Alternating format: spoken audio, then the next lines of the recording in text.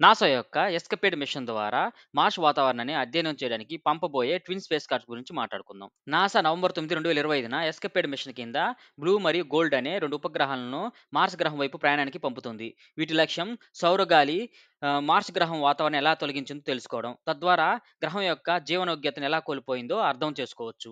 ఎస్కేపేడ్ అంటే escape and plasma acceleration and dynamics exploration. Blue మరియు gold అనే 2 ఉపగ్రహాల ద్వారా మార్స్ యొక్క ఐనోస్ఫియర్, మాగ్నెటోస్ఫియర్ మరియు సౌరగాలి పరస్పర చర్యలను అధ్యయనం చేయడం ఈ మిషన్ యొక్క ప్రధాన లక్ష్యం. ఈ 2 ఉపగ్రహాలు కలిసి మార్స్ కక్షలో తిరుగుతూ 3D మ్యాప్‌ను రూపొందిస్తాయి. మార్స్ గ్రహం ఒకప్పుడు నీరు మరియు ఘన వాతావరణాన్ని కలిగి ఉండేది. ఇప్పుడు అది వాతావరణాన్ని కోల్పోయి చల్లటి గ్రహంగా మారింది. సూర్యుడి నుండి వచ్చే ఛార్జ్ పార్టికల్స్ మార్స్ గ్రహం వాతావరణాన్ని నెమ్మదిగా తొలగించాయి. దీనికి కారణం మార్స్ గ్రహానికి గ్లోబల్ మ్యాగ్నెట్ లేదు. ఈ మిషన్ యొక్క ముఖ్య లక్ష్యాలు ఏమిటంటే మార్స్ మీద వాతావరణ కణాలు ఎలా నష్టపోతున్నాయో కొలవడం, గ్రహాల వాతావరణం రక్షించడంలో మ్యాగ్నెటిక్ ఫీల్డ్ పాత్రను అర్థం చేసుకోవడం, భవిష్యత్తులో మార్స్ మీద మానవ మిషన్లకు అవసరమైన సమాచారం అందించడం, మరియు భవిష్యత్తులో మార్స్ పై మానవులు ప్రయాణించేందుకు అవసరమైన రక్షణ వ్యవస్థల రూపకల్పనకు ఇది సహాయపడుతుంది.